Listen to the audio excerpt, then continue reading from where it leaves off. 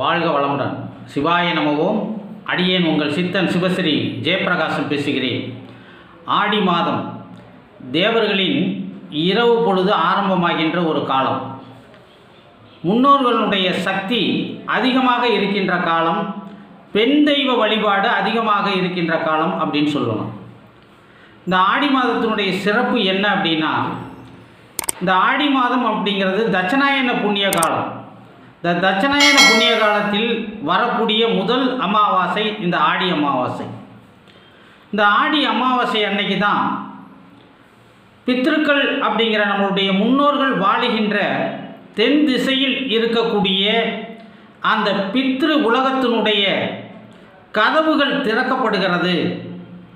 அப்போ அங்கிருந்து நம்மளுடைய முன்னோர்கள் நம்மை ஆசீர்வதிப்பதற்காக அந்த முன்னோர்களுடைய ஆன்மாக்கள் பூமியை நோக்கி, அதாவது நம்மளுடைய இல்லத்தை நோக்கி புறப்படுகின்ற நாள் தான் இந்த ஆடி அமாவாசை.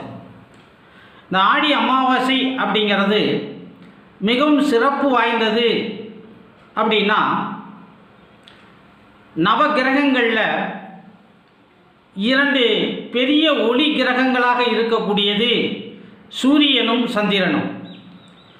இந்த சூரிய பகவான் பிதுர்காரகன், அதாவது தந்தை வழி வர்க்கத்தை, தந்தையை குறிக்கக்கூடிய ஒரு கிரகம். இந்த சந்திரன் என்பவர் தாயையும் தாய் வழி வர்க்கத்தையும் குறிக்கின்ற கிரகம். அப்போ இந்த 2 கிரகங்களும் ஒன்று சேர்கின்ற நாள் தான் அமாவாசை.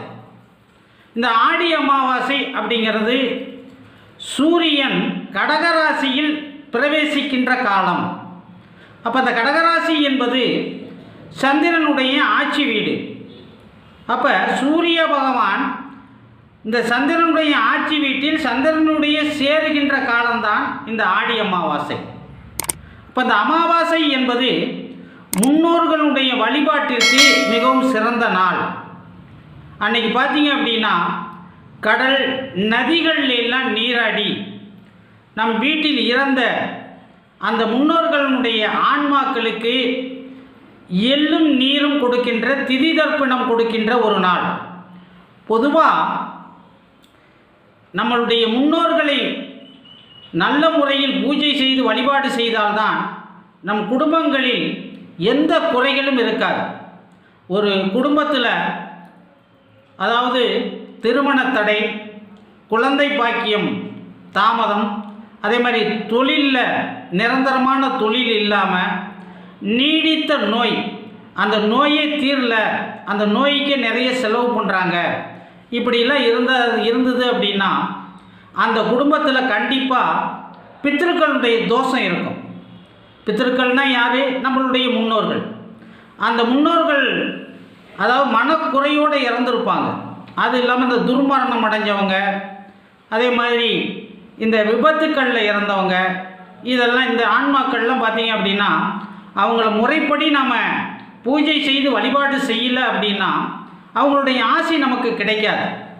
அப்போ இந்த மாதிரி மிகவும் சக்தி வாய்ந்த இந்த ஆடி அமாவாசை அன்னைக்கு நம்மளுடைய முன்னோர்களை நம்ம முறைப்படி பூஜை செய்து வழிபாடு செஞ்சோம் அப்படின்னு சொன்னால் அவங்க மனம் மகிழ்ந்து ஏதாவது ஒரு உருவத்தில் நாம் கொடுக்குற அந்த திதி தர்ப்பணம் ஏற்றுக்கிட்டு நமக்கு ஆசையை கொடுப்பாங்க. அப்போ அந்த அவங்களுடைய ஆசை நமக்கு கிடைக்கும் பொழுது நம்ம வீட்டில் இருக்கக்கூடிய, நம்மளுடைய வாழ்க்கையில் இருக்கக்கூடிய அந்த குறைகள், தடைகள்லாம் நீங்கி நமக்கு செல்வ வளம் பெருகும் அப்படிங்கிறது ஐதீகம். அதே மாதிரி இந்த வருடம் 2026ஆம் ஆண்டு ஆகஸ்ட் மாதம் 12ஆம் தேதி, ஆடி மாதம் 27ஆம் தேதி புதன்கிழமையில் பார்த்தீங்க அப்படின்னா அதிகாலையிலே இந்த அமாவாசை திதி தொடங்கியது. அப்போ இந்த அமாவாசை முழுவதும் இருக்கிறது. இந்த புதன்கிழமை அன்னைக்கு பார்த்தீங்க அப்படின்னா முழுசும் இருக்குது. அப்போ இந்த உங்களால் முடிஞ்ச வரைக்கும் ஒரு நதிகள்லேயோ இல்லை கடற்கரையிலையோ போய் பித்ரு தர்ப்பணம் கொடுத்து வழிபாடு பண்ணுங்க. அப்படி இல்லை அப்படின்னா உங்களுடைய இல்லங்கள்லேயே அவங்கள நினச்சி வழிபாடு செஞ்சு காகத்துக்கு உணவு கொடுங்க. பொதுவாக அமாவாசை அன்னைக்கு காகத்துக்கு உணவு கொடுத்துட்டு தான் நம்ம சாப்பிட்ணும். ஏன்னா இந்த பித்ருக்களுக்கு இந்த காகத்திற்கும் ஒரு தொடர்பு உண்டு. அப்போ நாம் தினமும் இந்த காகத்துக்கு சாப்பாடு வச்சுட்டு சாப்பிட்றது மிகவும் நல்லது. அப்படி இல்லைன்னா அமாவாசை தீதி அன்னைக்கு கண்டிப்பாக இந்த காகத்துக்கு உணவு வைங்க. அதே மாதிரி தான தர்மம் பண்ணணும். அமாவாசை அன்னைக்கு பார்த்தீங்கன்னா முடிஞ்ச வரைக்கும் ஒரு 2 பேருக்காவது அன்னதானம் செய்ய வேண்டும். காய்கறி தானங்கள் செய்ய வேண்டும். அந்த காய்கறிலையும் பார்த்தீங்க அப்படின்னா பூசணிக்காய் தானம் செய்யணும். ஏன்னா பூசணிக்காய் அப்படிங்கிறது அசுரனை குறிக்கக்கூடியது. அப்போ அந்த காயை நாம் தானம் பண்ணும் பொழுது இந்த முன்னோர்கள் அதை ஏற்றுக்கொண்டு நமக்கு நல் ஆசிகளை வழங்குவார்கள் அப்படிங்கிறது ஒரு ஐதீகம்.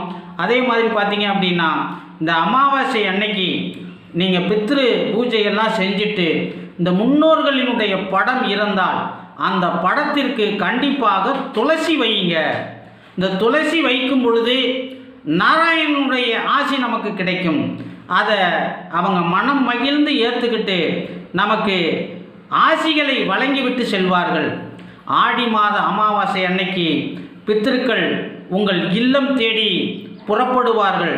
அவர்களை வரவேற்று அவர்களுக்கு என்னென்னலாம் பிடிக்குமோ உங்கள் குடும்ப முறைப்படி அதெல்லாம் செஞ்சு வச்சு படையில் இட்டு திதி தர்ப்பணம் கொடுங்க. அப்படி உங்களால் இதெல்லாம் பெரிய விமர்சனையாக செய்ய முடியாது அப்படின்னா எளிமையாக தெற்கு பார்த்து விழுந்து கும்பிடுங்க. அதையே அவங்க ஏற்றுக்குவாங்க. அப்போ ஏதாவது ஒரு உருவத்தில் நம்ம இல்லத்துக்கு கண்டிப்பாக அவங்க வருவாங்க. அந்த நாளை தவற விட்டுறாதீங்க. ஏன் அப்படின்னா முன்னோர்கள் ஆசி கிடைச்சிருச்சு அப்படின்னாவே நமக்கு செல்வ வளம் கிடைச்சிடும். அப்போ அந்த செல்வ வளம் கிடைச்சிருச்சு அப்படின்னாவே நம்ம குடும்பத்தில் இருக்கக்கூடிய பொருளாதார தடை நீங்கும், தொழில் நல்லபடியாக நடக்கும், திருமண தடை நீங்கும், குழந்தை பாக்கியம் கிடைக்கும். வாழ்க வளமுடன். உங்கள் அனைவருக்குமே பார்த்தீங்க அப்படின்னா முன்னோர்கள் ஆசி இந்த ஆடி அமாவாசை அன்னைக்கு கிடைக்கட்டும். முன்னோர்களுடைய வழிபாடை கண்டிப்பாக செய்யுங்க. வாழ்க வளமுடன். எல்லாம் நிறைவாகட்டும். சகல ஐஸ்வர்யங்களும் உங்களுக்கு கிடைக்கட்டும். என்னுடைய வீடியோ உங்களுக்கு பிடிச்சிருந்தது அப்படின்னா லைக் பண்ணுங்கள், ஷேர் பண்ணுங்கள், கமெண்ட் பண்ணுங்கள். மறக்காமல் சிவஸ்ரீ பாலா அப்படிங்கிற என்னுடைய யூடியூப் சேனலை சப்ஸ்கிரைப் பண்ணுங்கள். பக்கத்தில் இருக்க பெல் பட்டனை மறக்காமல் அழுத்துங்க.